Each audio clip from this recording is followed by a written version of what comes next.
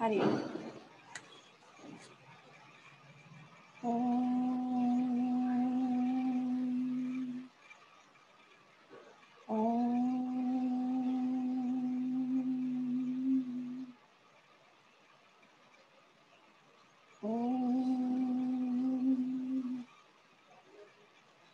ఓం సహనా భవతు సహనో భునక్తు సహ వీర్యం కరవావహై తేజస్వినావధీతమస్తు మా విద్విషావహై. ఓం శాంతి శాంతి శాంతి. ఓం పార్థాయ ప్రతిబోధితాం భగవతా నారాయణేన స్వయం వ్యాసేన గ్రథితాం పురాణమునినా मध्ये महाभारतम् अद्वैतामृतवर्षिणीं भगवतीम् अष्टादशाध्यायिनीम् अम्ब त्वामनुसन्दधामि भगवद्गीते भवद्वेषिणी. हरि ओम्.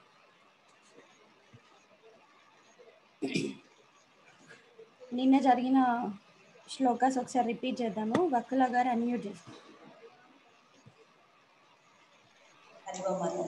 హరి ఓం. ఓకే, శ్లోక నంబర్ 1 నుంచి చెప్దాము. ఒకసారి ఫస్ట్ నుంచి చెప్తాం. ఓకే. ఓం శ్రీ పరమాత్మనే నమః. అథ పంచమోऽధ్యాయః కర్మ సన్యాస యోగః. అర్జున ఉవాచ సన్యాసం కర్మణాం కృష్ణ పునర్యోగం చ శంససి యచ్ఛ్రేయ ఏతయోరేకం తన్మే బ్రూహి సునిశ్చితం. శ్రీభగవాన్ ఉవాచ సన్యాసః కర్మయోగశ్చ నిశ్రేయసకరావుభౌ తయోస్తు కర్మ సన్యాసాత్ కర్మయోగో విశిష్యతే. జ్ఞేయస్స నిత్య సన్యాసి యో న ద్వేష్టి న కాంక్షతి నిర్ద్వంద్వో హి మహాబాహో సుఖం బంధాత్ ప్రముచ్యతే. సాంఖ్యయోగౌ పృథక్ బాలాః ప్రవదంతి న పండితాః ఏకమప్యాస్థితః సమ్యక్ ఉభయోర్విందతే ఫలం. రైట్, యత్ అక్కడ సాంఖ్యైః అక్కడి వరకే చెప్పండి. Okay, so first 4 shlokas meaning నిన్న చూసాము. ఏంటి అంటే అర్జునుడికి సందేహం వచ్చిందనమాట. ఏంటి అంటే, మరి కృష్ణ, నువ్వు ఒకసారేమో కర్మయోగాన్ని పొగుడుతున్నావు, ఒకసారేమో మనం జ్ఞాన మార్గంలో వెళ్తే బెటర్ అంటున్నావు. మరి కర్మ సన్యాస యోగం, ఇందులో ఏది శ్రేష్టమైనది నాకు ఎక్స్ప్లెయిన్ చేయు, అందులో ఏది నిశ్చయమో ఏది శ్రేష్టమో నాకు నిశ్చయించుకొని చెప్పు అనడం జరిగింది. అది ఫస్ట్ క్వశ్చన్. దాంట్లో కృష్ణుడు అంటున్నాడు ఏమని అని అంటే, ఫస్ట్ ఆఫ్ ఆల్ అర్జున, నువ్వు ఇప్పుడు ఏదైతే ప్లేస్లో ఉన్నావో దానికి కావాల్సింది కర్మయోగం. ఓకే, సో కర్మయోగం అనేది మనకు ఒక ఎలిజిబిలిటీని ఇస్తుంది, ఒక అర్హతని ఇస్తుంది. ఆ అర్హతతోటి మనం ముందుకెళ్ళాలి. ఆ అర్హతతోటి మనం ఇంకా కొంచెం సాధనలో ముందుకెళ్ళినప్పుడు జ్ఞానం అర్థమవుతుంది. సో జ్ఞానం అర్థం కావాలి అని అంటే ఇంతకుముందు చెప్పిన సాధనా చతుష్టయం అవన్నీ ఏమైతే ఉన్నాయో అందులో వైరాగ్యం అనేది కూడా ఇక్కడ ముఖ్యంగా ఉపయోగపడుతుంది. వైరాగ్యం ఎంత ఎక్కువ ఉంటే అంత తొందరగా మనం ఈ ప్రపంచం నుంచి బయటపడిపోయే అవకాశం ఉంది. బయటపడడం అంటే ఎక్కడికో వెళ్ళిపోవడం కాదు. ప్రపంచం మనల్ని ఎఫెక్ట్ చేయదు, ప్రపంచం మనల్ని బంధించదు. మనం ప్రపంచంలో ఉన్నప్పటికీ అన్ని చేస్తున్నప్పటికీ కూడా దీనివల్ల మనం ఎఫెక్ట్ కాము అనే విషయాన్ని చెప్తూ ఉన్నారనమాట సెకండ్ శ్లోకంలో. దెన్ తర్వాత అంటున్నాడు ఏంటి అని అంటే, యాక్చువల్గా కర్మయోగమైన కర్మ సన్యాస యోగం అయినా కూడా అర్జున నువ్వు సరిగా వినట్లేదని నేను మళ్ళీ మళ్ళీ చెప్తున్నా. ఫస్ట్ క్లాసెస్ విని తర్వాత గ్యాప్ వస్తే మర్చిపోతారు కదా, అందుకోసం అని మళ్ళీ మళ్ళీ చెప్తున్నా, గుర్తుంచుకో. ఇదంతా ఒకటే రోడ్డు, కానీ 2 పేర్లు దీనికి. కర్మయోగం, కర్మ సన్యాస యోగం అనేది వేరే లెవెల్కి వెళ్ళిపోవడం కాదు. మన మనస్సుని ఎంత శుద్ధి చేసుకుంటే మనం కర్మ సన్యాస యోగం వైపు, సన్యాసి వైపు వెళ్తూ ఉన్నాము. అంటే అప్పుడు మళ్ళీ క్వశ్చన్ వచ్చింది, ఇంతకీ సన్యాసి అంటే ఎవరు? నిత్య సన్యాసి గురించి చెప్తున్నారు ఇక్కడ. సన్యాసి అంటే ఎవరు అంటే ఒక ఫార్ములా గుర్తుంచుకోవచ్చు ఇంకెప్పటికైనా. ఏంటి అంటే యహ న ద్వేష్టి న కాంక్షతి నిర్ద్వంద్వ యహ. సో ఎవరైతే దేని మీద కాంక్ష లేకుండా, దేని మీద ద్వేషం లేకుండా, ద్వంద్వాలకి అతీతంగా ఉంటున్నాడో ఆయనే సన్యాసి. ఓకే, సో సన్యాసి, సన్యాసురాలు ఏదైనా అనుకోవచ్చు. ఇక్కడ మనం అన్నింటినీ వదిలేసి ఎక్కడికో వెళ్ళిపోవడం అనే ఒక జనరల్ మిస్కాన్సెప్షన్ నుంచి బయటికి వేసేస్తున్నాం. ఓకే, సో మనం ప్రపంచంలో చూస్తున్నప్పటికీ కూడా చాలాసార్లు ఏమవుతుంది అని అంటే ఏదో టెంపరీ రిలీఫ్ కోసం, టెంపరీగా తాత్కాలికంగా మనం ప్రాబ్లం నుంచి బయటపడడానికి తప్పించుకొని తిరుగుతుంటాం.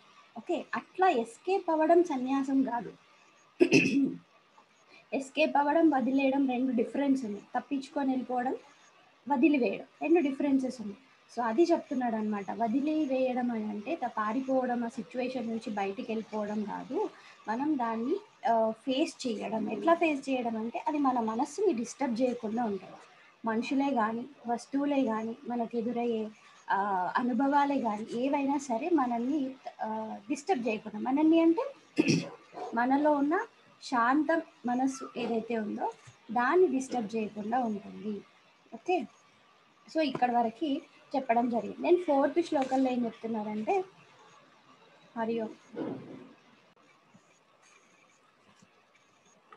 4th శ్లోకంలో ఏమంటున్నారంటే ఎవరైతే పండితులు, జ్ఞానం తెలిసిన వాళ్ళు, శాస్త్రం తెలిసిన వాళ్ళు ఉంటారో వాళ్ళ ఉద్దేశంలో కర్మయోగం, కర్మ సన్యాస యోగం రెండు ఒకటే. తెలియని వాళ్ళు, శాస్త్రం మీద అవగాహన లేని వాళ్ళు, నేను ఇంకా కర్మలు మానేశానండి, నేనేదో జ్ఞానానికి వెళ్ళిపోతున్నానండి, నా కర్మయోగం వద్దండి, నేను కర్మయోగం టైప్ కాదండి అనేటివి మాట్లాడుతుంటారు. బట్ నిజానికి అవి రెండు ఒకటే అనే విషయాన్ని చెప్తున్నాను. దెన్ దాని తర్వాత ఇంకా వచ్చే నెక్స్ట్ శ్లోకాస్లలో మరి ఈ సన్యాసి, ఆ సన్యాసి లక్షణాలు ఇంకా కొంచెం ప్రాక్టికల్గా ఎలా ఉంటున్నాయి అనేది ఎక్స్ప్లెయిన్ చేస్తున్నాడు. అది 5th శ్లోకం. చెప్దాం ఒకసారి. వక్కుల గారు రిపీట్ చేయండి. హరి ఓం. 5వ శ్లోకం.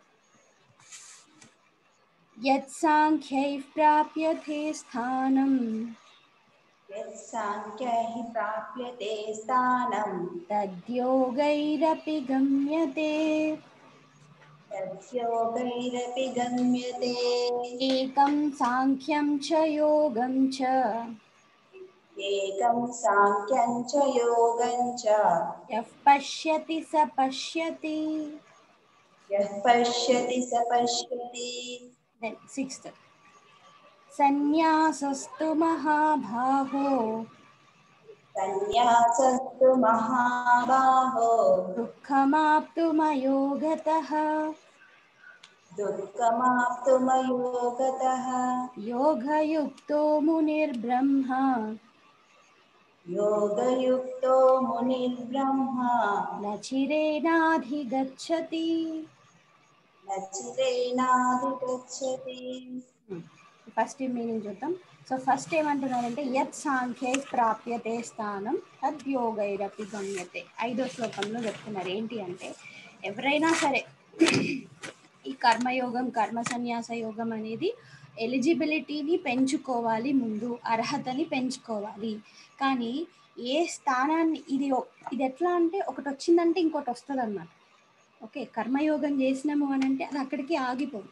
ఓకే, 5 years ఆఫ్ ఎంబీబీఎస్ చేయాలి అని అంటే ఇంకా 2nd year చదివిన తర్వాత మనం 3rd yearకి వెళ్ళాలి, అప్పుడే ఫినిష్ అయిపోతాం.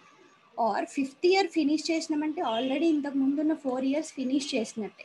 సో ఇట్లా కర్మయోగం, కర్మ సన్యాస యోగం రెండు ఒకదానికొకటి లింక్ అయ్యే ఉంది. నేను ఇప్పుడు కర్మయోగంలో ఉన్నాను, నా చేసే ప్రతి పని భగవంతుడు కల్పిస్తున్నా అంటే దాన్ని స్లోగా కల్మినేషన్ ఎట్టయిపోతుంది అని అంటే నేను కాదు చేసేది, అహంకారం కాదు, నా లోపల నుంచి భగవంతుడే చేస్తున్నాడు అనే నెక్స్ట్ స్టెప్కి మనం ఫార్వర్డ్ వెళ్ళిపోవాలి.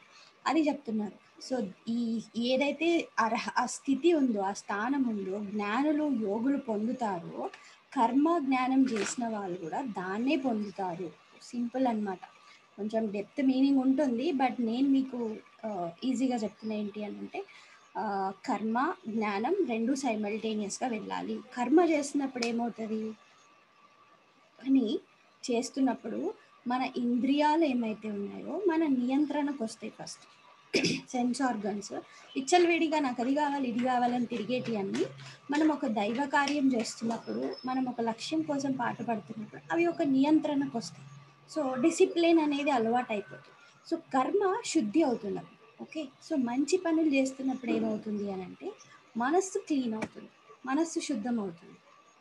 శుద్ధమైన మనస్సులో అట్లా జ్ఞానం ప్రకాశిస్తుంది. ఆల్రెడీ మనం జ్ఞాన స్వరూపులమే, అది మర్చిపోవద్దు ముందు. కాబట్టి ఇది ఇట్లా ఎట్లా అంటే లైక్ సూర్యుడు ఉన్నాడు బట్ మేఘాలు కమ్మేసినాయి. సో ఇప్పుడు ఆ మేఘాలను తుడిపే ప్రయత్నమే మనం ఈ చేసే కర్మయోగం సాధన. ఓకే, సో ఆ విషయాన్ని చెప్తున్నారు. ఏదైతే మనం కర్మయోగం చేస్తున్నామో మనలో ఉన్న చెడు గుణాలని, చెడు వాసనలని నశింపజేస్తుంది. మనని ఇంకా కొంచెం ముందుకి తీసుకెళ్లేలాగా శాస్త్రం చెప్పినట్టు ఉన్నది ఉన్నట్టు అర్థమయ్యే అర్హతని మనకిస్తుంది. అంతే. ఇప్పుడు మనం ఉపనిషత్ వాక్యాలు చూసుకుంటే గురువు డైరెక్ట్ తత్వమసి అని చెప్పేసింది. సింపుల్, ఇంత చిన్న వర్డ్ మహావాక్యం అయిపోయింది అది. మరి తత్వమసిని అర్థం చేసుకోవాలంటే ఎట్లా? అప్పుడు సాధన చేయాలి. ఫస్ట్ దాని వర్డ్ మీనింగ్ కాదు, దాని అంతరార్థం ఏంటి తెలుసుకోవాలి. అంతరార్థం తెలుసుకున్నప్పటికీ కూడా సబ్జెక్ట్ నాలెడ్జ్ కాదు, ఆబ్జెక్ట్గా మనం దాన్ని అర్థం చేసుకోగలగాలి. ఓకే, ఇప్పుడు సపోజ్ వాటర్ ఎట్లాగా తయారు చేస్తారు అంటే H2O, దానికి ఒక పెద్ద థియరీ ఉంటుంది. హైడ్రోజన్, ఆక్సిజన్ ఫలానా ప్లేస్లో టైంలో ఇంత క్వాంటిటీ కలిపితే వాటర్ వస్తుంది. ఓకే ఓకే, ఇదంతా థియరీయే కదా. సో జ్ఞానం అనుభవంకి రావాలి. ఓకే, ల్యాబొరేటరీకి వెళ్ళి ప్రాక్టికల్గా చేసి మనం కలిపినప్పుడు మనకు తెలుస్తుంది. రైట్, అట్లా ప్రతి ఒక్కటి బయట మనం సైంటిఫిక్గా తెలుసుకుంటూ ఉన్నాం. సేమ్ ఇక్కడ మన ఒక ల్యాబొరేటరీ అన్నమాట కర్మయోగం అనేది. మనం చేసే ఎక్స్పెరిమెంట్స్. ఓకే, సో ఈ ఎక్స్పెరిమెంట్స్ చేస్తున్నప్పుడే మనకి దాంట్లో కరెక్ట్ విధానం ఏంటి అనేది తెలుస్తుంది. ఓన్లీ శ్రవణమే కాదు. ఓకే, కర్మయోగంలో ప్రాసెస్కి మనం దిగుతామన్నమాట. అది ఇక్కడ చెప్తున్నారు. అట్లాగా మన మనసు ఎప్పుడైతే శుద్ధమైందో బుద్ధిలో జ్ఞానం అర్థమవుతుంది. రెండు సైమల్టేనియస్గా వెళ్తుంది. దెన్ 6th శ్లోకంలో చెప్తున్నారు ఏమని అంటే సన్యాసస్తు మహాభాగో దుఃఖమాప్తుమయోగతః యోగయుక్తో మునిర్బ్రహ్మ నచిరేనాదిగచ్చతి. ఎవరైతే కర్మ సన్యాసం చేస్తూ కర్మ సన్యాసంలో ఉన్నారు లే అని అంటే వాళ్ళకి ఈ స్థితి ఈజీ. కానీ కర్మయోగం చేయని వాళ్ళకి కష్టం. లైక్ ఎట్లా అంటే బేసిక్ రూల్సే, బేసిక్ ఎలిజిబిలిటీ లేనప్పుడు ఫైనల్కి వెళ్ళిపోతా అంటే రాదుగా. సపోజ్ ఇప్పుడు మీరు ఎక్కడికో ఊరికి వెళ్ళాలని అనుకున్నారు. ఓకే, మంచి వెహికల్ కొనుక్కున్నారు, సూపర్. యూనో మనకి సంక్రాంతి ఆఫర్లో మంచి వెహికల్ వచ్చింది, కార్ వచ్చింది, కొనుక్కున్నారు, అయిపోయింది. మీరు అనుకున్నారు నాకు డ్రైవర్ గీవర్ ఎవ్వరు అవసరం లేదు, నా కార్ నేనే నడుపుకుంటా. Yes, fix, decided. కథ ఇంకా మంచి అసలు రెడీ చేసిరు, పూజ చేసిరు, ఎక్కి కూర్చున్నారు. Very good. అయితే ఇంతకీ డ్రైవింగ్ వచ్చా? డ్రైవింగ్ రావాలా? నా కారు నా ఇష్టం, నా డబ్బులు పెట్టి కొనుక్కున్నా, డ్రైవింగ్ ఎందుకు రావాలి?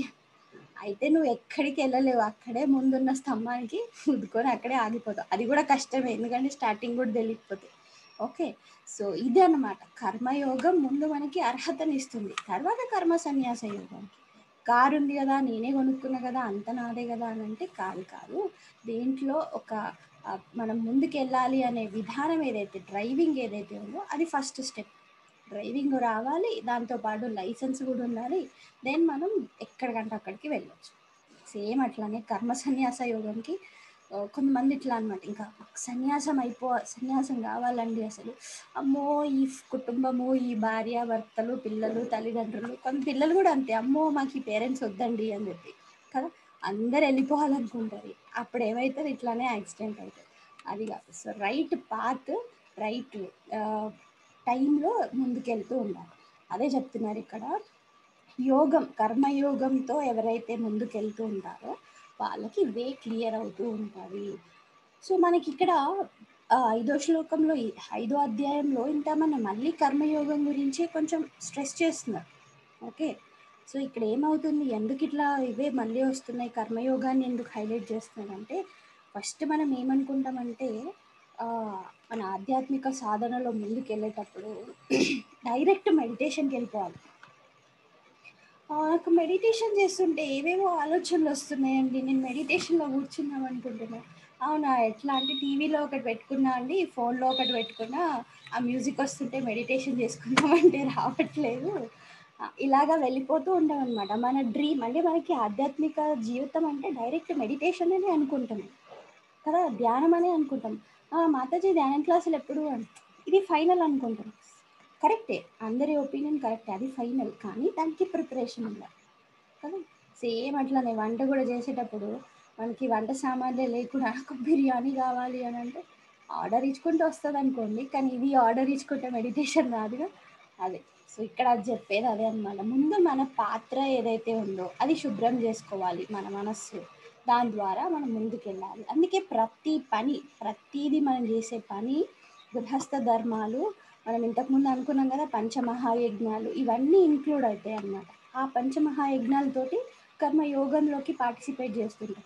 అప్పుడు మనకు అర్థమవుతుంది ఓహో ఇదంతా నేను కాదు, నాకు ఏదో ఒక సూపర్ పవర్ మనల్ని ముందుకు నడిపిస్తుంది అదే భగవంతుడు అండ్ కొంచెం ముందుకెళ్ళి ఆ భగవంతుడు ఎక్కడో లేడు, నేను పూజించే నేను ఆరాధించే బయట కాదు ఉంది నా లోపల నుంచే నాకు మెసేజ్ ఇస్తున్నాడు. అంటే మరి బయట లేడా అండి అంటే నా లోపల ఉన్నప్పుడు అంతటా ఉండడా? యెస్. అంతటా ఉంది ఆయననే అని అనిపిస్తూ ఉంటదనమాట. అది మన ప్రయాణం అట్లా ఎళ్ళాలి. అది ఎక్స్‌పీరియన్స్ తోటి. సో, దానికోసం కర్మయోగం హెల్ప్ అవుతుంది అన్నట్లు చెప్తున్నా. దెన్ ఇంకా బెనిఫిట్స్ ఏంటి? ఎట్లా ఉండాలి సాధన అనేది చెప్తున్నారు. చూద్దాం ఒకసారి. ఆహ్, 7థ్ శ్లోకంలో చదువుదాం. వక్ల గారు.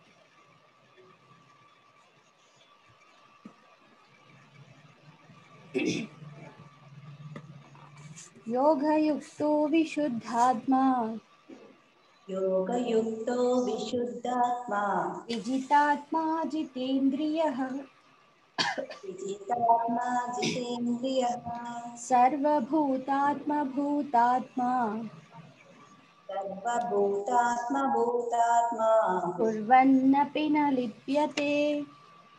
कुर्वन्नपि न लिप्यते। మీకు చాలా ఇష్టమైన శ్లోకాలు 8th, 9th. ఇప్పుడు మీరే చెప్పాలి వక్ర గారు. నేను అంటాను నైవ కించిత్ కరోమీతి नैव किञ्चित् करोमीति యుక్తో మన్యేత తత్వవిత్ युक्तो मन्येत तत्त्ववित् పశ్యన్ శృణ్వన్ స్పృశన్ జిఘ్రన్ पश्यन् शृण्वन् स्पृशन् जिघ्रन् అశ్నన్ గచ్చన్ స్వపన్ శ్వసన్ अश्नन् गच्छन् स्वपन् स्वसन् ప్రలపన్ విసృజన్ గృహ్ణన్ प्रलपन् विसृजन् गृह्णन् ఉన్మిషన్ నిమిషన్నపి उन्मिषन् निमिषन्नपि ఇంద్రియాణీంద్రియార్థేషు इन्द्रियाणीन्द्रियार्थेषु వర్తంత ఇది ధారయన్. वर्तन्त इति धारयन्। రైట్. ఇక్కడ 7వ శ్లోకం ఒకటి, దాని తర్వాత 8, 9 ఏదైతే ఉందో కలిపి ఒక మీనింగ్ చెప్పుకోవచ్చు. ఓకే. సో ఫస్ట్ 7th ఏంటిదో చూద్దాం. ఏంటి అంటే యోగయుక్తో విశుద్ధాత్మ విజితాత్మ జితేంద్రియ. ఎవరు ఎవరైతే వాళ్ళ మనస్సు శుద్ధం చేసుకుంటారో ఒక ప్రాసెస్ అన్నమాట. స్టెప్ బై స్టెప్ ఏదైతే ఉందో ఇంతకుముందు అనుకున్నది. ఎవరి మనసు అయితే శుద్ధమవుతుందో వాళ్ళ బుద్ధి క్లారిటీ తెలుసుకుంటుంది. ఓకే. ఎట్లా అయితే మేఘాలు పక్కకు తవ్విపోతే సూర్యుడు కనిపిస్తున్నాడో అట్లాగా బుద్ధిలో జ్ఞానం ఉన్నది ఉన్నట్టు రిసీవ్ చేసుకునే కెపాసిటీ వస్తుంది. అప్పుడు ఏమవుతుంది అంటే విజితాత్మ జితేంద్రియ. ఓకే. అందరికీ బాగా ఆలోచించండి. చాలాసార్లు మనం ఇట్లా క్యాలిక్యులేషన్స్ చేస్తుంటాం కదా జీవితంలో. నాకెవరంటే ఇష్టం, నన్నెవరు ఇష్టపడుతున్నారు కదా, ఇట్లాంటి క్యాలిక్యులేషన్స్ చేస్తూ ఉంటాం. నన్ను ఇష్టపడే వాళ్ళు 1, 2, 3, 4 8 మెంబర్స్ ఉన్నారు, నాకెవరంటే ఇష్టం 1, 2, 3 ఇట్లా క్యాలిక్యులేషన్ చేస్తుంటాం కదా. సెకండ్ థింగ్, నాకెవరంటే ఇష్టం లేదు, వీళ్ళ మొహం చూస్తేనే నాకు చాలా చిరాకు కదా, ఇట్లాంటి కొన్ని క్యాలిక్యులేషన్స్ ఉంటాయి. బట్ నిజంగా కావాల్సింది ఇది కాదు. ఏం క్యాలిక్యులేట్ చేసుకోవాలి తెలుసా? నా శత్రువు ఎవరు? హా? అదేదో మూవీలో ఉంటేగా, ముందు నీ శత్రువు ఏంటో తెలుసుకుంటే నీ లోపల పొటెన్షియల్స్ బయటికి వస్తాయి. అట్లాగా మన శత్రువు ఎవరు? మన శత్రువా? ప్రతి ఒక్కరికి శత్రువులు ఉంటారు, బయట మనుషులు కాదు. బయట వాళ్ళు ఎవ్వరు మనం ఏం చేయలేరు. లోపల మనకున్న అరిషడ్ వర్గాలు కామ క్రోధ లోభ మోహ మద మాత్సర్యమే మన శత్రువు. ఓకే, అమ్మ అన్నీ ఉన్నాయా 6 శత్రువులు అంటే ఒక్కొక్కరికి ఒక్కొక్క లెవెల్లో ఒక్కొక్క శత్రువు బయటికి వస్తుంటాయి. సో మీరు ముందు అది ఫైండ్ అవుట్ చేయండి. నాకు పర్సనల్గా నాకు జలసీ రాదండి కానీ కోపం వస్తుంది కదా శత్రువు. కొంతమంది కోపం ఏమి ఉండరు, అందరితోటి హా బాగున్నారా హా హా హా హా అంటుంటారు, కానీ భయంకరమైన జలసీ ఉంటుంది కదా. అట్లా అన్నమాట. సో ఇట్లా రకరకాలుగా మనల్ని మన ఎదుగుదలని ఆపే శత్రువు ఎవరు ముందు ఫైండ్ అవుట్ చేయాలి. అయితే ఇది ఎట్లాగా వ్యక్తం అవుతుంది అంటే మన సెన్స్ ఆర్గన్స్ ద్వారానే, అంటే మన ఇంద్రియాల ద్వారానే ఈ అరిషడ్ వర్గ 6 శత్రువులు ఏమైతే ఉన్నాయో బయటికి ఎక్స్ప్రెస్ అవుతూ ఉంటాయి. ఓకే, ఇది వన్ సైడ్ గుర్తుపెట్టుకో. ఇక్కడ చెప్పే పాయింట్ ఏంటి అని అంటే మనసు శుద్ధమైనప్పుడు, అందులో జ్ఞానం వచ్చినప్పుడు మన ఇంద్రియాలని మనం ఎట్లాగా వాడుకోవాలి, ఇక్కడ నిగ్రహించాలి అనే దానికంటే ఇంకా ఎలా వాడుకోవాలి. ఎప్పుడు మనం ఏది చేస్తే హ్యాపీగా ఉంటాం, ఎప్పుడు మనం ఏది చేస్తే మన చుట్టుపక్కల వాళ్ళు కూడా హ్యాపీగా ఉంటారు. ఈ విషయం తెలిసిందనుకోండి, వాళ్ళని ఏమంటున్నారంటే విజితాత్మ జితేంద్రియ, ఇంద్రియాలని జయించిన వాడు అవుతాడు కదా. సో శత్రువుని జయించిన వాళ్ళం అవుతాం అన్నమాట. ఇది మెయిన్ థింగ్, ఇది రావాలి మనకి. ఓకే, సో మనం ఆధ్యాత్మికత జీవితంలో ముందుకు వెళ్తున్నామా లేదా అని అంటే ఫస్ట్ థింగ్ మన శత్రువు ఎవరైతే ఉన్నారో ఈ 6 నెగిటివ్ క్వాలిటీస్లో దాన్ని ఒకటి ఫైండ్ అవుట్ చేసినాము, దాన్ని మనం ఎక్స్ప్రెస్ అవ్వకుండా జ్ఞానంతో నియంత్రించినప్పుడు అది సెకండ్ స్టెప్. ఓకే, ఫస్ట్ మనసు క్లియర్ అవుతుంది జ్ఞానంతో, తర్వాత బుద్ధిలో ఉన్నట్టు అర్థం అవుతుంది, ప్యూరిటీ ఉంది, మనసులో ప్రేమ గొప్ప గుణాలు దైవీ గుణాలు బయటకు వస్తుంది, బుద్ధిలో నేనెవరిని అనే ఒక జ్ఞానం వస్తుంది. దీంతో ఇంద్రియాలు మన గ్రిప్లోకి వచ్చేస్తాయి. ఓకే, ఇంద్రియాలు మన గ్రిప్లోకి వచ్చినప్పుడు తర్వాత ఏంటండి, మరి మన చుట్టుపక్కల వాళ్ళు చూడండి ఎంత మోసం చేస్తున్నారు, ఎంత అన్యాయం చేస్తున్నారు, మనకి కనిపిస్తున్నట్టు కూడా మనకు కనిపిస్తుందని తెలిసి కూడా వాళ్ళు మనల్ని చీట్ చేస్తున్నారు. మరి ఇట్లాంటి దుర్మార్గులను ఏం చేయాలి? ఇప్పుడు మనకి జ్ఞానం ఒక సబ్జెక్టు మాత్రమే అర్థమైంది కాబట్టి మనకి ప్రపంచంలో ఇవన్నీ కనిపిస్తాయి. కానీ శాస్త్రం ఏం చెప్తుంది, అరే అసలు ప్రపంచమే లేదు నాయన, ఇంకా ఈ పక్కింటి వాళ్ళు ఎదురింటి వాళ్ళు పై ఇంటి వాళ్ళు ఎవరున్నారు, ఎవరు లేరు. అయితే ఈ విషయం ఇప్పుడు చెప్పుకుంటే ఓకే ఓకే బాగుంది అసలు సూపర్గా అనిపిస్తుంది, కానీ ప్రాక్టికల్గా రావాలి కదా. అందుకోసమే ఇక్కడ సన్యాసి అంటే ఏం చెప్తున్నారంటే ఆ దృష్టి కలిగిన వాడు సన్యాసి. ఏంటి, భూతాత్మ అన్ని రకాల ప్రాణులు ఎవరైతే ఏమైతే జీవరాశి అన్నీ ఉన్నాయో అన్నింటినీ కూడా వేరు కాదు, అన్నింట్లో ఉంది భగవంతుడే అని చూసేవాడు ఎవరైతే ఉన్నారో కుర్వన్నపి నా లిప్యతే, అతను ఆ వ్యక్తి అలాగ సన్యాసి అయిన వాడు పనులు చేస్తున్నప్పటికీ కూడా ఆ పనులు ఆయనని అంటవు. సింపుల్, అది సన్యాసి అంటే, సన్యాసం అంటే ఇక్కడ కర్మ సన్యాస యోగం అంటే. సో పనులు చేస్తుంటారు కానీ అంటవు, ఎందుకు అని అంటే ఆయన అందరిలో ఉంది ఒకటేగా చూస్తున్నాడు. ఎందుకు? బికాజ్ ఆయన ఇంద్రియాలు ఆయన కంట్రోల్లో ఉన్నాయి, ఆయన బుద్ధిలో జ్ఞానం ఉంది, దెన్ మనస్సు శుద్ధమైంది. ఓకే, సో ఇది విషయం అన్నమాట. దెన్ దానికి కింద 8th 9th శ్లోకాలలో చెప్తున్నారు ఏంటి అని అంటే, మరి ఆయన పని చేసినప్పటికీ కూడా ఏం చేయనట్టే కింద కౌంట్ చేస్తున్నారు కదా, ఎట్లా అంటే దాని ఎక్స్ప్లెనేషన్. నైవ కించిత్ కరోమీతి యుక్తో మన్యేత తత్వవిత్, ఏ పని చేసినప్పటికీ కూడా తత్వం తెలిసిన వాడు అయ్యున్నాడు కాబట్టి అన్ని ఆయన కంట్రోల్లోనే ఉన్నాయి. ఇంకా ఏంటివి పశ్యన్. ఓకే, ట్రై చేస్తారా ఏంటి పశ్యన్ శృణ్వన్ అంటే? ఆలోచించండి మీరు కూడా, సంస్కృత పదాలకి తెలుగు పదాలకి చాలా కనెక్షన్ ఉంటుంది, చెప్పేవాటిని గుర్తుంచుకోవచ్చు. పశ్యన్ అంటే చూడడం, పశ్యతి. ఓకే, సో చూస్తున్నప్పటికీ కూడా ఇక్కడ ఈ అంటే ఎట్లా అంటే మనకి ఐండ్ ఎట్లా అయితే కామ యాడ్ చేస్తామో అందుకే అన్నిటికీ పశ్యన్ శృణ్వన్ అలా ఉంది. ఓకే, పశ్యన్ చూడడం, శృణ్వన్ వినడం, స్పృశన్ టచ్ తాకడం, జిగ్రన్ గాలి శ్వాస పీల్చడం, వాసనలు. ఓకే. అష్నన్ క్లాసు క్లాస్ స్టార్ట్ అయ్యే ముందు బాగా తిని కూర్చున్నాం, క్లాస్ అయిపోయి మళ్ళీ ఆకలి అయిపోయింది కదా, ఆకలి, అయ్యయ్యో క్లాస్ చెప్పేది నేనైనా ఆకలి అయ్యేది మీకు కదా, ఆకలి. గచ్చన్ రైట్. దెన్ గచ్చన్ అంటే వెళ్ళడం, అటు ఇటు వెళ్ళడం. సో ఇప్పుడు ఏమవుతుంది ఇక్కడ మనకి డిఫరెంట్ ఇంద్రియాలు గురించి వచ్చేస్తుంది. ఓకే. ఆడియో క్లియర్ ఉందిగా మీ అందరికీ? సౌండ్ హై ఉందా? ఓకే. యా ఇన్ కేస్ ఎవరికైనా లేకపోతే ప్లీజ్ మీ సైడ్ చెక్ చేసుకో.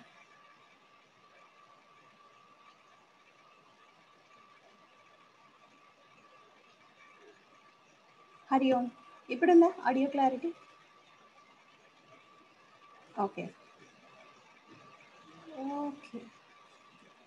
సో అష్నన్ అంటే ఆకలి దప్పు అన్ని, ఆకలి దాహం.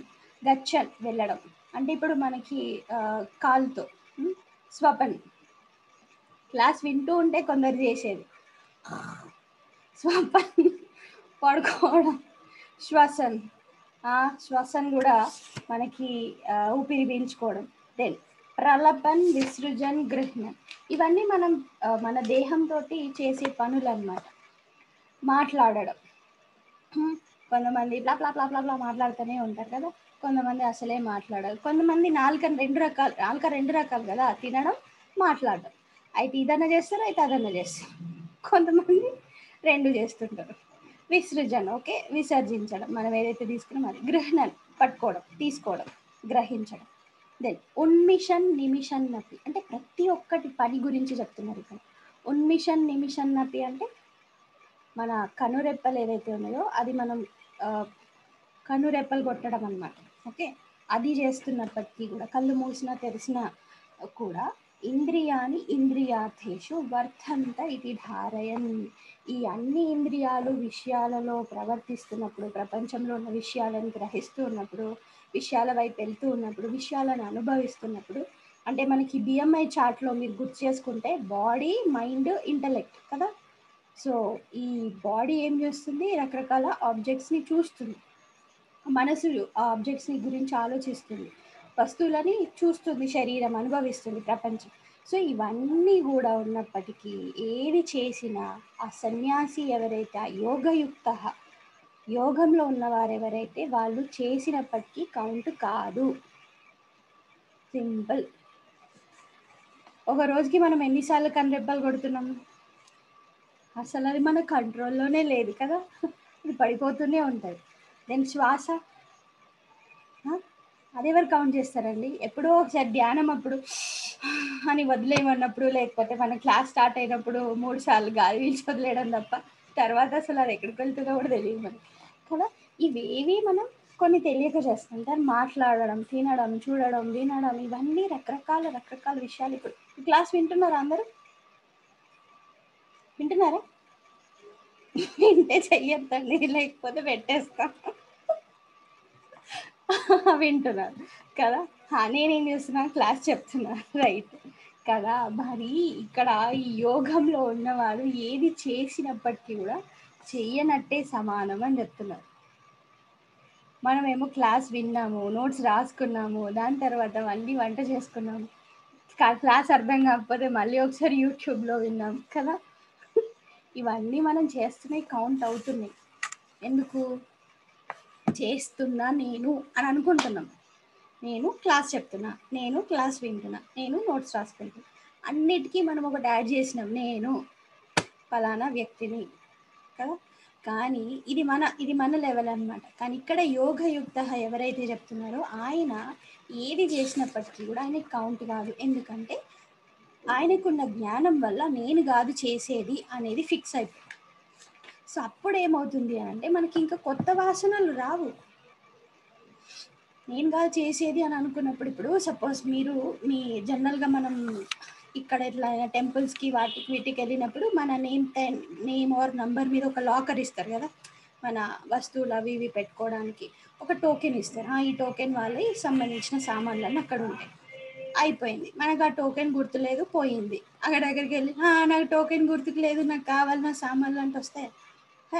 లేదు, పోయి ఎవరికైనా కంప్లైంట్ చేసుకోపో. ఇక్కడైతే ఈ టోకెన్ నెంబర్ ఆర్ నీకు దానికి సంబంధించిన కీ ఆర్ సంథింగ్ ఏదో కార్డ్ చూపిస్తేనే ఉంటుంది కదా. ఆ ఐడెంటిటీ లేనప్పుడు మనం ఎన్ని వస్తువులు పెట్టినా కూడా ఇంకా అవి మనకు సంబంధించినవి కావు కదా. సేమ్ అట్లానే మనం నేను అన్న ఐడెంటిటీతో తాదాత్మ్యంతో పనిచేస్తుంటే ఆ అకౌంట్లో అన్ని పడుతూ ఉంటాయి. ఐడెంటిటీ లేనప్పుడు ఇంకెవరి అకౌంట్లో పడతాయి? సింపుల్ కదా. మనం ఇది 4వ అధ్యాయంలో కూడా చూసినాం. ఇంత జ్ఞానం వస్తే అది ఎట్లాంటి ఫారెస్ట్నైనా అగ్ని ఎట్లా దహించేస్తుందో, మనం ఈ జ్ఞానంతో ఇంతకుముందు మన పూర్వజన్మ సంస్కారాలు, వాసనలు, అజ్ఞానం ఎంత ఉన్నప్పటికీ కూడా ఈ జ్ఞానం వాటన్నింటినీ తుడిచిపెట్టేస్తుంది. ఏంటి ఆ జ్ఞానం? ఐడెంటిటీ, రియల్ ఐడెంటిటీ తెలుసుకోవడం. ఓకే, నేను పర్టికులర్ పర్సన్ని, నా దేహానికి సంబంధించింది, వృత్తి, నా పర్టికులర్ ప్రొఫెషన్కి, నా క్వాలిఫికేషన్స్, నా ఇంటలెక్ట్కి సంబంధించింది, ఇది కాదు. నా రియల్ ఐడెంటిటీ ఏంటి? బిఎంఐ, బాడీ మైండ్ ఇంటలెక్ట్కి అతీతంగా ఉన్న నేను. ఆ రియల్ ఐడెంటిటీ గుర్తించినప్పుడు ఈ పనులు ఏం చేసినప్పటికీ కూడా అవి కౌంటే కాదు అనే విషయాన్ని క్లియర్గా చెప్తూ ఉన్నారు. నెక్స్ట్ 10th శ్లోకంలో కూడా మంచి ఎగ్జాంపుల్తో చెప్తారు. అదేంటి అనేది రేపు చూద్దాం. ఓకే, హరి ఓం. సర్వే భవంతు సుఖినః, సర్వే సంతు నిరామయాః, సర్వే భద్రాణి పశ్యంతు, మా కశ్చిత్ దుఃఖభాగ్ భవేత్. ఓం శాంతి శాంతి శాంతి. హరి ఓం. శ్రీ గురుభ్యో నమః. హరి ఓం.